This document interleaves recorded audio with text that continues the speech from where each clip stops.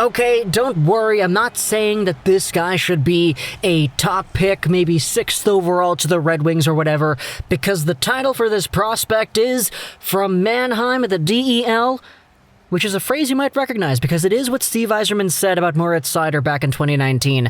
Today, though, we're talking about a guy who probably won't go 6th overall, but he may go a lot later in the draft. It's a historical landmark in the series because this is the first time we're ever discussing an overage player in the Why I Want series. What is up, viewer out there watching this video? Legarock's back here, bringing you this time another edition of the Why I Want series, traveling from the QMJHL and Zach Leroux all the way over to Mannheim of the DEL. Thank you to those in the previous Why I Want who commented Wildcat. If you want a chance to be featured in the next Why I Want, we are kind of hitting the end of this series here, guys. We have only a few more of these episodes to do. Then stick around to the end of this video for a chance to be featured in the next one with a comment section keyword. Today, as I said, we're heading over to Germany, and we're talking about a guy whose name you might recognize. It's Adler Mannheim's 2002-born center, Florian Elias. And right away, you can take a look at the profile for this guy and say, man, that is an interesting profile right here. August 2002 born, meaning that he was eligible for the 2020 NHL draft as one of the youngest guys available in that selection. He wasn't picked, which is why he is eligible for this year's draft too. As an overager, he's only 5'8", but he is 170 pounds, so even though he's not really the biggest guy in the world in terms of his height, he still has quite a bit of muscle attached to his frame despite only being 5'8". As we noted, a center playing for the Adler Mannheim in the DEL, which is the top pro league in Germany, where in 34 games played, he posted up 8 points, 3 goals and 5 assists, which honestly isn't a bad rookie season in the slightest for a guy who was making his debut in the pro league as a 5'8", 18-year-old.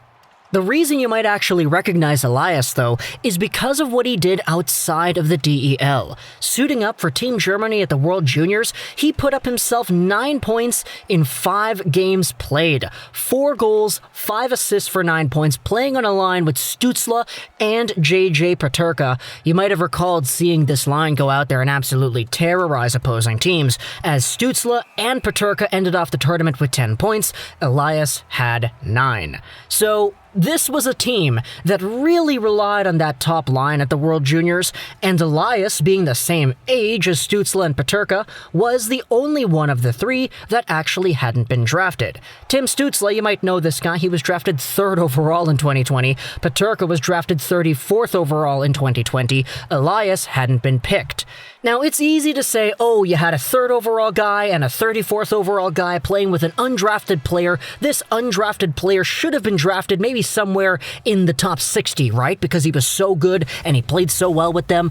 Hold your horses a little bit, because there is a conversation that I think we could have as to why Florian Elias was not drafted last year, and I think we have to go over to his 2019-20 run in order to take a look at that. So in 2019-20, playing for the Jung Adler Mannheim's U20 team as the alternate captain, he had himself 49 points in 30 games played, led the entire DNL U20 league in goals, and was one of the top point producers in general as well. He had a very good season, but you gotta take a look at where the other guys in Germany were being drafted from. Tim Stutzle was playing in the DEL in 2019-20, and he was absolutely fantastic.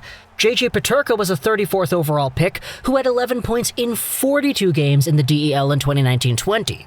You also take a look at Lukas Reichel, another guy taken in the first round of that draft, also playing in the DEL. Despite the fact that Florian Elias was doing really well where he was only playing in the German Junior League. Even though he was great, the competition he was playing against wasn't good enough for NHL scouts to say, yep, this guy's the real deal, let's take him as one of the top 200 players in the NHL draft. And I don't want to make it seem like I'm saying that scouts were wrong to think that. He was just another guy in the German Junior League doing his thing, playing in what is ultimately a league that doesn't really have too many players that are considered for the NHL draft when they're playing their draft years in that league. Now that he's in the DEL, doing some pretty good things, it's a lot easier for scouts to say, okay, this guy, even though he's 5'8", he's 170 pounds, he's doing pretty okay. And I think a lot of the skills that Florian Elias has out there on the ice can really help him out towards maybe even getting a draft pick sometime in the 2021 draft. As you can see playing with Peterka and Stutzle at the World Juniors, this guy knows how to produce points when he plays with great players. Now, it's really easy to say, oh, he was just getting carried because he was playing with JJ and Stutzle, they did all the work. And to some extent, you could definitely say that's an argument, because there have been so many moments throughout the World Juniors where you would see Florian Elias get out a pass or two to one of those guys, Peterka or Stutzle, and then they just walk in, shoot, and score, giving Elias the assist. But the opposing argument also exists, that you have to have players that are actually capable of playing those roles in order to play alongside of good players. You couldn't just have an absolute scrum playing with Peterka and Stutzle, you have to have players who are somewhat capable of keeping up, and that's what Florian Elias did.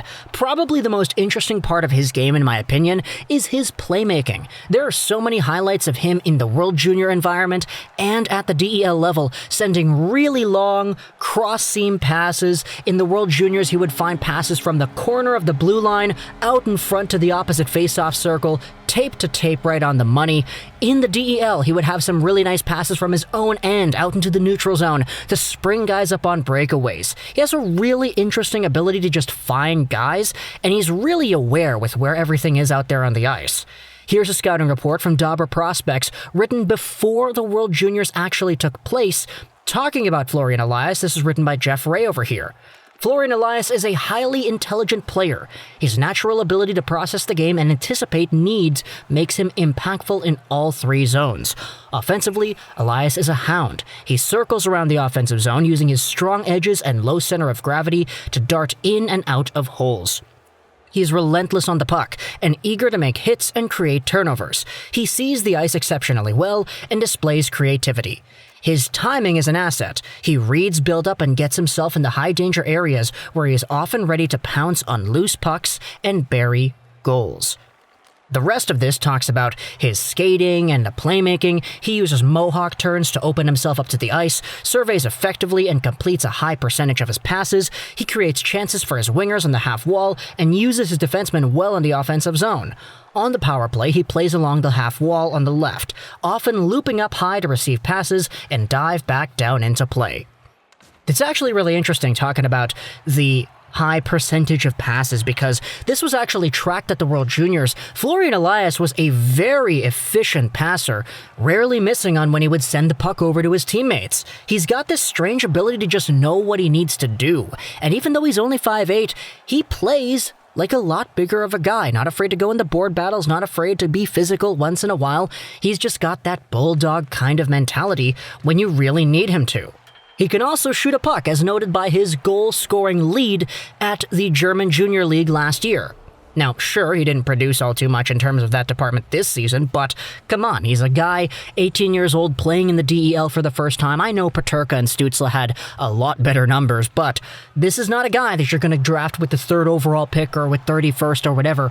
Florian Elias is seen by some people as a 100-ish overall pick, 186 rank here by future considerations. You gotta remember, he is an overager, but he is one of the youngest overagers available in this draft, which does put him in a little bit of a better position, I think, when you're trying to project extra development time and the timeline for his overall path. He plays pretty well away from the puck in the defensive zone, and he's got some pretty good stick handling to deceive opponents and get by with some finesse. A lot of these skills were put on display at the World Juniors and in the German Junior League last year, and while it's true he wasn't as effective in the DEL, he still showed flashes of being able to do those kinds of things, which is why Florian Elias is one of the guys that I'm most interested in seeing how he develops into the long-term future. I'm not going to say that he's going to be a top 6 center in the NHL and it's guaranteed that he's going to be like that or whatever. Who knows if he gets drafted into the NHL and he gets moved over to the wing because they say, okay, your skills, your abilities, your off-puck defense,